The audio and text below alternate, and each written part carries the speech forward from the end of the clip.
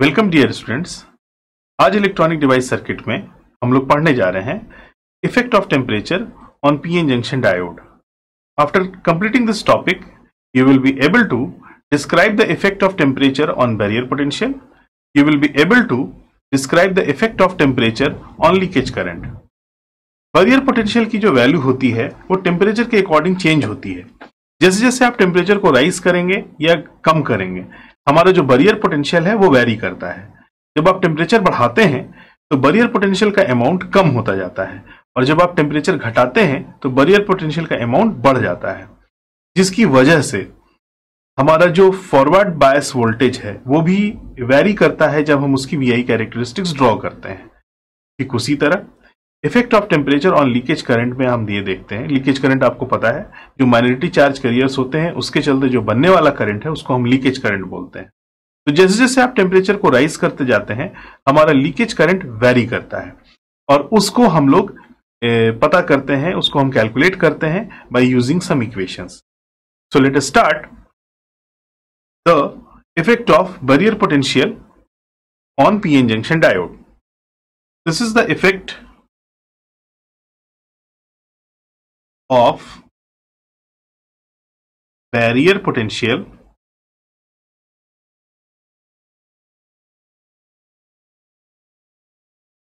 on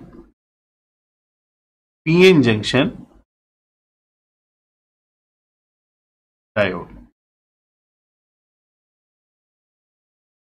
okay, तो आप ये जानते हो फिगर में ऑलरेडी आप लोगों ने बैरियर पोटेंशियल के बारे में जाना हुआ है और हमने इसमें कैलकुलेशन भी कराया है। This is your P sides and N side combination.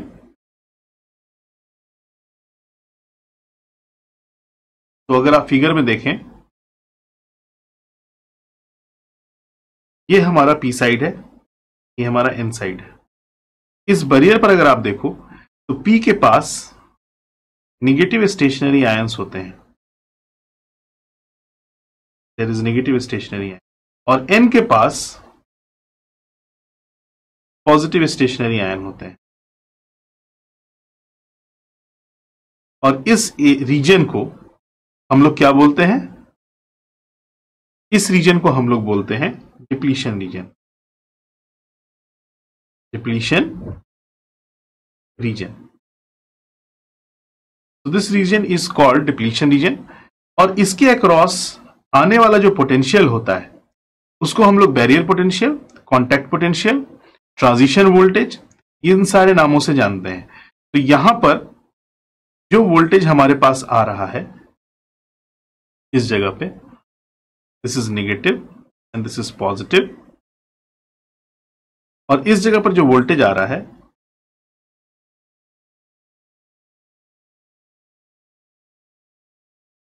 उस वोल्टेज का नाम हम लोग देते हैं वी नॉट। अब यहां देखो, आप पी के पास जो मेजॉरिटी चार्ज कैरियर्स हैं वो क्या है? होल्स हैं। ये हमारे मेजॉरिटी चार्ज कैरियर्स हैं, होल्स। और हमारे पास जो माइनॉरिटी चार्ज कैरियर्स हैं वो क्या कहलाते हैं? इलेक्ट्रॉन्स। तो ये हमारे इलेक्ट्रॉन्स हैं, ये हमारे माइनॉरिटी चार्ज कैरियर। ठीक उसी तरह एन के पास अगर मेजॉरिटी चार्ज कैरियर आप देखिए तो वो क्या है? इलेक्ट्रॉन्स। आप इलेक्ट्रॉन लिख सकते हैं या फिर इसमें निगेटिव निगेटिव बना सकते हैं, negative minus minus minus negative electrons. और जो माइनॉरिटी चार्ज कैरियर्स हैं, मेजॉरिटी चार्ज कैरियर्स इलेक्ट्रॉन है, ये सारे इलेक्ट्रॉन्स हैं। और अगर हम इसमें माइनॉरिटी चार्ज कैरियर्स देखें तो वो क्या है? होल्स हैं। ये हमारे माइनॉरिटी चार्ज कैरियर। तो these are the majority electron and minority holes. तो दिस इज मेजॉरिटी, मेजॉरिटी ये हम ऑलरेडी डिस्कस कर चुके हैं। Majority electron, minority hole, minority H, this is majority hole, and this is minority electron. और हमने ये कैलकुलेशन ऑलरेडी किया हुआ है कि V0 की वैल्यू किस पे डिपेंड करती है। V0 इक्वल्स टू होता है VT ln Na ND upon Ni square, जिसमें हमने इक्वेशन लिखा था कि total current I equals to होता है I drift plus I diffusion, और at equilibrium condition this current become zero. तो हम I ड्रिफ्ट को I डिफ्यूजन के इक्वल करते हैं और इस फॉर्मूले को पता करते हैं, इसको कैलकुलेट करते हैं। VT जो होता है वो होता है KT बाई Q या T upon 11600 when T equals to 300 kelvin यानी कि रूम टेम्परेचर। तो आपको VT की जो वैल्यू मिलेगी वो मिलेगी 26 मिलीवोल्ट। ये हमारे पास ये वैल्यू आती है। This is your V0 and this is known as the contact potential. Contact potential, और दूसरा नाम क्या होता है इसका? Barrier potential. Barrier potential. आप अगर इसमें Na और Nd और Ni की वैल्यू पुट करें तो इस V0 की वैल्यू, इस V0 की जो वैल्यू है वो 700 मिलीवोल्ट से लेकर 800 मिलीवोल्ट के बीच में आती है। अगर ये जर्मेनियम का डायोड, सॉरी सिलिकॉन का डायोड हो, और अगर ये जर्मेनियम का है तो इसकी वैल्यू ऑलमोस्ट 300 मिलीवोल्ट से लेकर 400 मिलीवोल्ट के बीच में आती है। ये सारा का सारा जो हम ऑपरेशन कर रहे हैं, ये जितनी भी चीजें हम लोग समझ रहे हैं, ये जान रहे हैं, ये है at room temperature. These all calculations are at room temperature. Okay, so this is 300 millivolt to a 400 millivolt. So when you increase or decrease the temperature, there is a relationship between barrier potential and the temperature. और इस relationship का हम लोग को derivation नहीं जानना है, हमको इसको समझना है। When, because it's a practical relationship, the relationship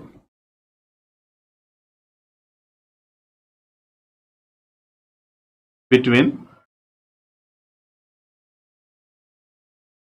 V0 and temperature,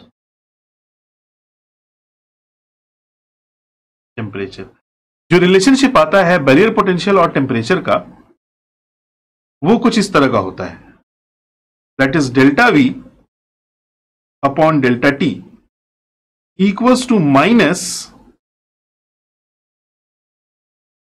2.5 millivolt per degree Celsius.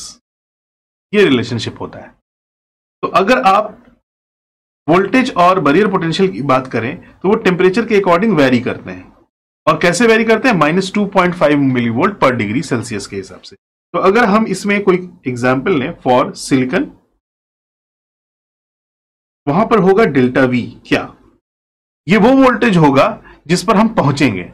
और जो हम सेंटर लाइन मानते हैं, यानी कि जो हम बेसिक मानते हैं, वो किसको मान रहे हैं? वो बेसिक मान रहे हैं हम 300 केल्विन को, यानी कि 27 डिग्री सेल्सियस को। किसी किसी बुक्स में आप देखेंगे 25 डिग्री होता है और किसी किसी बुक्स में 27 डिग्री सेल्सियस दिया हुआ है। तो डेल्टा V की अगर आप वैल्यू देखो, this will be V minus 0.7 volt. 0.7 volt यानी कि 700 मिलीवोल्ट फॉर सिलिकॉन। और अगर हम जर्मेनियम की बात करें, this delta V is equals to V minus 0.3 volt. ये इस तरह से होगा। ठीक उसी तरह अगर हम टेम्परेचर की बात करें, for temperature your value is delta T।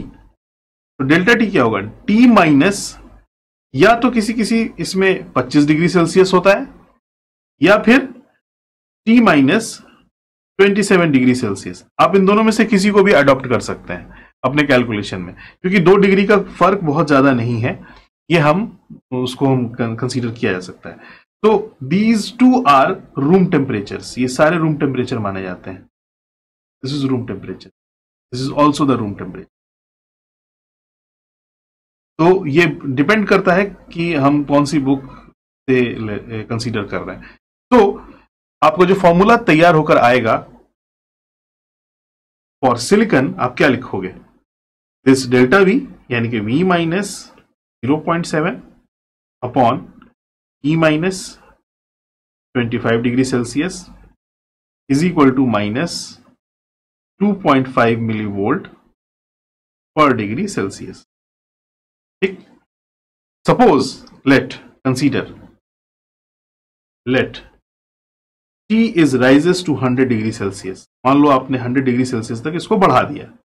जब आपने इसको 100 डिग्री सेल्सियस तक बढ़ा दिया, when you increases find V, यानी कि बैरियर पोटेंशियल की वैल्यू क्या होगी, बढ़ेगी कि घटेगी, ये तो हमको कैलकुलेशन ही बताएगा। तो आप लिखोगे V जो हमको पता है, इस T, इसको आप देखना, इस T का नाम जो टेम्परेचर है, ये जो 100 डिग्री सेल्सियस है, इसको हम लोग बोलते हैं, एक और नाम देते हैं, इसका नाम हम बोलते हैं ambient temperature. This is ambient temperature, this is called ambient temperature. तो अगर हम इसकी बात करें तो this is V minus 0.7 volt equals to 100 minus 25 degree Celsius is equal to minus 2.5 millivolt per degree Celsius, ये वैल्यू होगी। तो अगर आप इस जगह पर 100 डिग्री सेल्सियस पुट करते हो तो क्या लिखोगे, V minus 0.7 equals to 75 degree Celsius equals to minus 2.5 millivolt per degree Celsius. इसको अगर हम इधर क्रॉस मल्टीप्लाई कर दें तो हमारे पास क्या आएगा, हमारे पास आएगा V minus 0.7 2.5 multiplied by 75 degree Celsius and into 10 to the power minus 3. So how much you will get? This is V minus 0.7 equals to 18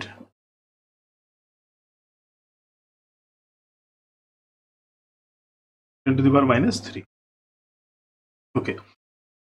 So this value is minus 2.5. This is minus. का ध्यान रखना, ये minus है। Minus 2.5 75 इसमें multiply करेंगे तो minus 187.5 into 10 to the power minus 3, यानी कि मिली वोल्ट में ये वैल्यू आएगी। तो दिस विल बी माइनस 0.187। तो your value will be V equals to 0.7 minus 0.187। If you will subtract it, this will be 700. This will be 3, this will be 9 minus 8 1, and this is again 6 minus 1 5. This value will be 0.153 volt. तो क्या देखा हमने, हमारा 25 degree Celsius पर जो barrier potential था उसकी value थी 0.7 वोल्ट।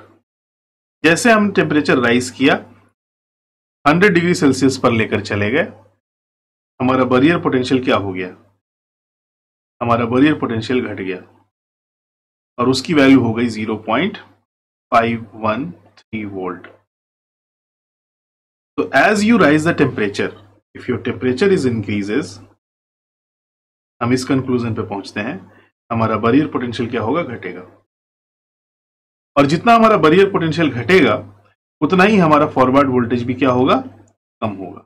इसीलिए आपकी कैरेक्टरिस्टिक्स में अगर आप ध्यान दो, जो चीज 0.7 पर ब्रेक करती थी वो पहले ब्रेक कर जाती है अगर हम टेम्परेचर बढ़ाते हैं। यू राइज दिस टेम्परेचर, ये फंडामेंटल बेसिक्स आप देख लो। अगर आप यही कैरेक्टरिस्टिक्स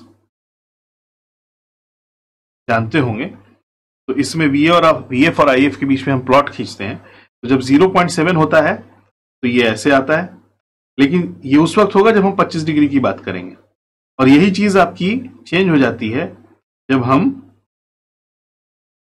0.5 पे पहुंच जाते हैं और अगर हम 100 डिग्री सेल्सियस कर दें तो, यानी कि as you increase this temperature your barrier potential will be changed. Similarly आप लोग कैलकुलेट करिए 0 डिग्री सेल्सियस पर। इस फॉर्मूले में आप देखिए, यहां पर अगर हम 0 रख दें तो ये माइनस हो जाएगा, और माइनस माइनस ये क्या हो जाएगा, प्लस, और 0.7 जाके उसमें ऐड हो जाएगा। तो अगर ये प्लस हो गया तो इसका मतलब as you increase this temperature, sorry decrease this temperature, as you decrease this temperature, your V naught will be increases.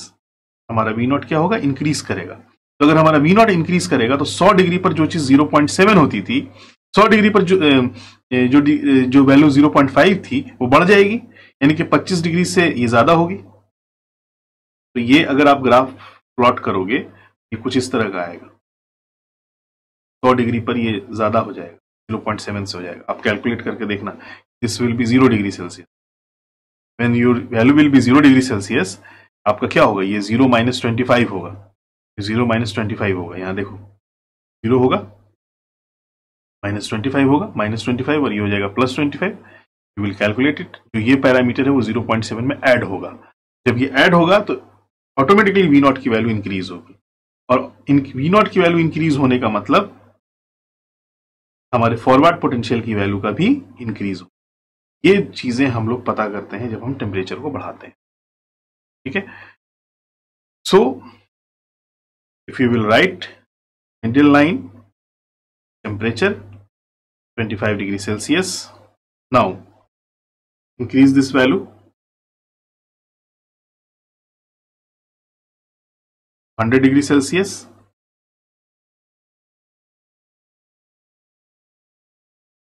This is 25 degree Celsius. This is 100 degree Celsius.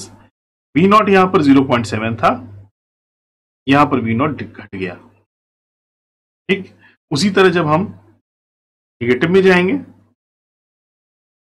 यानी कि जब हम टेम्परेचर को कम करेंगे, go to the 0 degree Celsius, हमारा V not का value बढ़ जाएगा. V नॉट की वैल्यू बढ़ जाएगी, इसमें V नॉट की वैल्यू, और मिडिल पे तो ये फिक्स रहता है. So as you increase this value, your V naught will decreases and increases. Okay, so that's all about the variation of temperature on barrier potential. Dear students, we have completed our first learning outcome, that is effect of temperature on barrier potential. I hope आपको समझ में आया होगा. So let us start. Effect of temperature on leakage current. Effect of temperature on leakage current. Okay. जब हम temperature बढ़ाते हैं तो लीकेज करंट के अमाउंट में क्या चेंजेस आते हैं, इसके बारे में जानेंगे. तो आप ये जानते हैं कि जो लीकेज करंट होता है उसको हम लोग शो करते हैं I नॉट से. द लीकेज करंट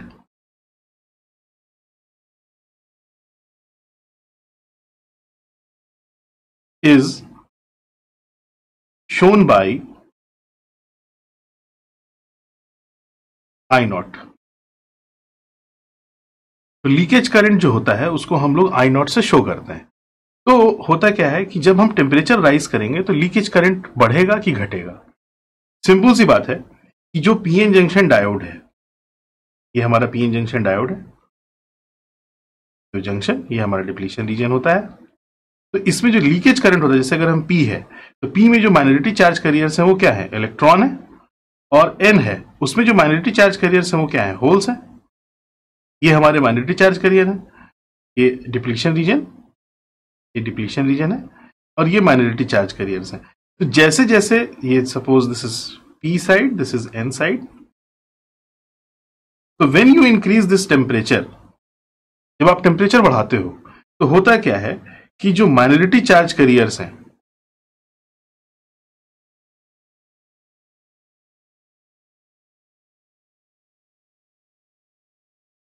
वो हमारे इंक्रीज करते हैं. और माइनॉरिटी चार्ज कैरियर इंक्रीज करने से हमारे लीकेज करंट की वैल्यू में बदलाव आता है, यानी कि जो हमारा I नॉट है वो चेंज करता है, उसकी वैल्यू इंक्रीज और डिक्रीज करती है. तो सिंपल सी बात है, अगर हम माइनॉरिटी चार्ज इंक्रीज करेंगे तो I नॉट की वैल्यू भी क्या होगी? इंक्रीज करेगी. तो ये जो माइनॉरिटी चार्ज कैरियर्स हैं हमारे P और N, इनके बढ़ने और घटने से हमारे लीकेज करंट का जो अमाउंट है वो बढ़ता और घटता है. और लीकेज करंट का फ्लो होता है जब हम डायोड को रिवर्स बायस करते हैं, यानी कि हम उसको रिवर्स बायस कंडीशन में लेकर जाते हैं. और लीकेज करंट का जो अमाउंट है वो फॉरवर्ड बायस में भी कंट्रीब्यूट करता है जब हम कैलकुलेशन की हम बात करेंगे, जब हम करंट कंपोनेंट्स देखेंगे. So if you will see that leakage current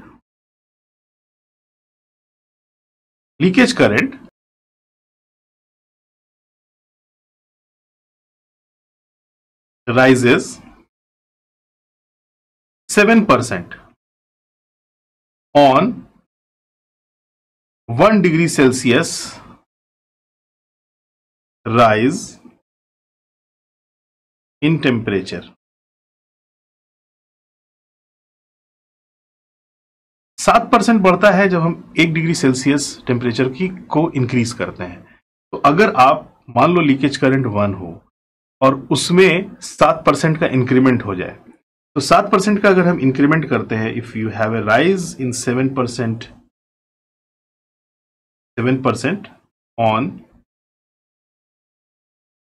पर degree Celsius temperature, so you will get 1.07. अगर आपका 1 लीकेज करंट है तो उसमें 0.7 का राइज होगा. ठीक, तो ये 1.07 हो जाएगा हमारा करंट. तो अगर हम इसमें 10 डिग्री सेल्सियस टेम्परेचर बढ़ा दें, 10 डिग्री सेल्सियस टेम्परेचर राइज कर दें, तो 1.07 पर को हम कितनी टाइम्स मल्टीप्लाई करेंगे? 10 बार मल्टीप्लाई करेंगे.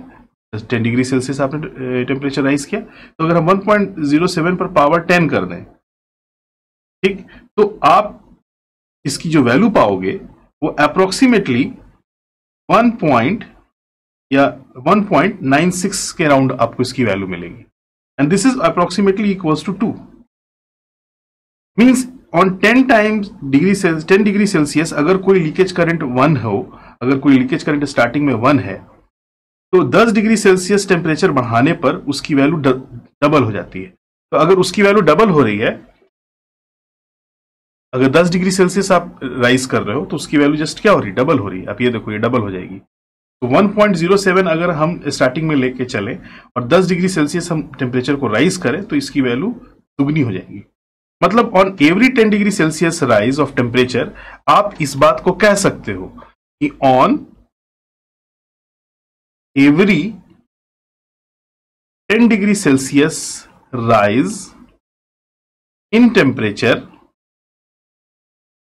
the leakage current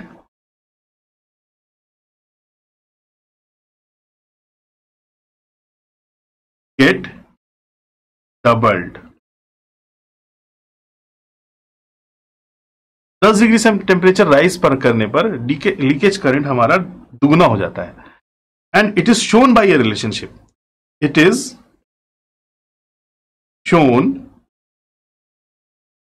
bye a relationship. इसको हम लोग एक रिलेशनशिप से शो करते हैं, और वो होता है I नॉट T, यानी कि एक पर्टिकुलर एम्बिएंट टेम्परेचर पर, या आप कह सकते हो I नॉट T2. सपोज करो आपने T2 टेम्परेचर माना, तो this will be I not T1 2 पे power delta T upon 10, where delta T is what? Delta T आपको बिल्कुल क्लियर है क्या होना चाहिए? Change in temperature. Change in temperature. Change in temperature कहने का मतलब T2 में से किसको घटा देंगे? T1 को घटा देंगे. तो T2 में से अगर हम T1 घटा देंगे तो ये वैल्यू आएगी. तो सिंपल सी बात है कि I not T2 equals to, आप 2 पे पावर पहले लिख दो, कोई फर्क नहीं पड़ता, T2 minus T1 upon 10 into I not T1. Okay, तो अगर हम ये वेरिएशन देखें, ये वेरिएशंस देखें, तो आप ये देखोगे कि जैसे जैसे हम टेम्परेचर राइज कर रहे हैं वैसे वैसे हमारे लीकेज करंट में बदलाव आता है. तो अगर हम कोई इसमें मैथमेटिक्स ले लें, सपोज करो कि अगर हमने let at T1 equals to 25 degree Celsius, मान लो हमने ये 25 डिग्री सेल्सियस मान लिया, तो 25 डिग्री सेल्सियस पर कोई लीकेज करंट जो था वो था I नॉट 25 डिग्री सेल्सियस जो था वो था 100 नैनो एम्पियर, तो हमने 100 नैनो एम्पियर लिया। तो हम टेम्परेचर अगर बढ़ाएं 100 डिग्री सेल्सियस करें तो आई नॉट 100 डिग्री सेल्सियस पर क्या होना चाहिए, ये हमारा क्वेश्चन है। तो इसके लिए हम ये फॉर्मूला यूज करेंगे। इस फॉर्मूले को आप ध्यान से देखो, आई नॉट T2। तो आई नॉट 100 डिग्री सेल्सियस पर हमको जाना है इज इक्वल्स टू 2 पे पावर 100 में से हमको क्या घटाना चाहिए, 25 डिवाइडेड बाई 10 इंटू, क्रॉस करेंगे हम इसको, इंटू, को डॉट से लिख दीजिए, इंटू आई नॉट T1 यानी कि आई नॉट 25 डिग्री सेल्सियस जो हमारा है। तो आप इसको सॉल्व करोगे तो आई नॉट हमको 100 डिग्री सेल्सियस निकालना है। तो दिस इज इक्वल्स टू 2 पे पावर 7.5 इंटू 100 नैनो एम्पियर, ये वैल्यू आएगी। तो अगर आप इसको सॉल्व करो, at I not 100 degree Celsius you will see this is 181 into 100 nano ampere. तो what is the value? So this is 18100 nano ampere. This value is become rises. So as you increase this temperature, your I naught value यानी कि leakage current की जो value है I naught T value, ये हमारी क्या होती है, वो बढ़ती है।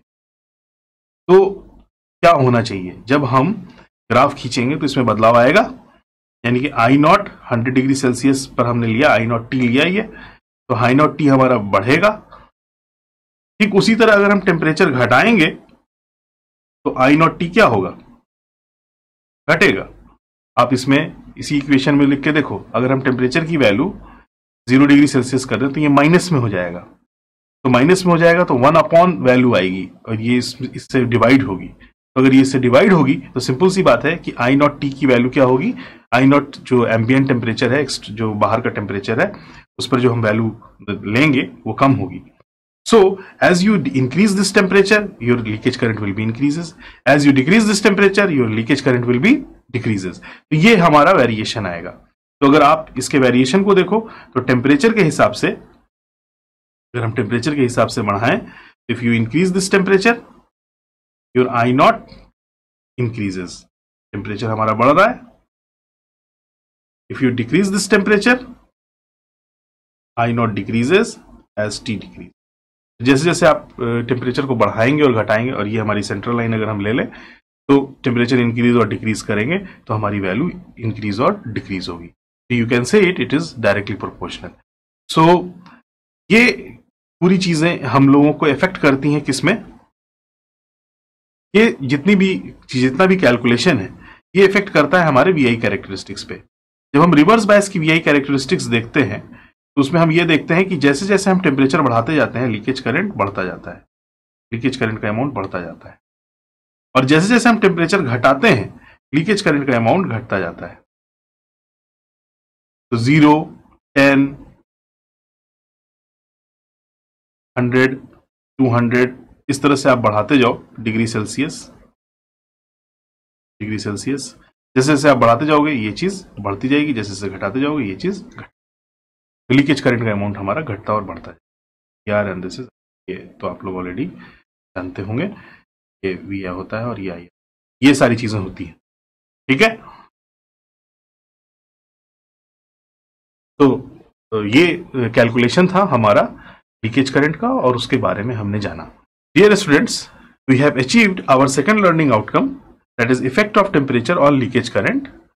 आई होप आपको समझ में आया होगा। I hope you have achieved the following learning outcomes, and now you are able to describe the effect of temperature on barrier potential, and you are able to describe the effect of temperature on leakage current, जिसमें आपने ये सीखा कि barrier potential और temperature पर, barrier potential और leakage current पर temperature का क्या असर पड़ता है और कैसे उसके वेरिएशंस हम लोग देखते हैं। जब हम टेम्परेचर राइज करते हैं बैरियर पोटेंशियल घटता है, लेकिन जब हम टेम्परेचर राइज करते हैं तो लीकेज करंट बढ़ता है। जब हम टेम्परेचर घटाते हैं तो बैरियर पोटेंशियल घटने के बजाय बढ़ने लगता है, और जब हम टेम्परेचर घटाते हैं तो लीकेज करंट भी घटने लगता है। तो इन दोनों में जो चेंजेस हम चेंजेस पाते हैं उसके हम लोगों ने उसको हम लोगों ने कैलकुलेशन के थ्रू भी देखा। Now you will perform two activities, one is LRQ, second is PSM. LRQ is based on the objective question और PSM में कुछ क्वेश्चंस आप करेंगे और कुछ क्वेश्चंस मैं सॉल्व करवाऊंगा। After completing these both of the activity हमारा जो लर्निंग आउटकम है वो पूरी तरह से अचीव हो जाएगा।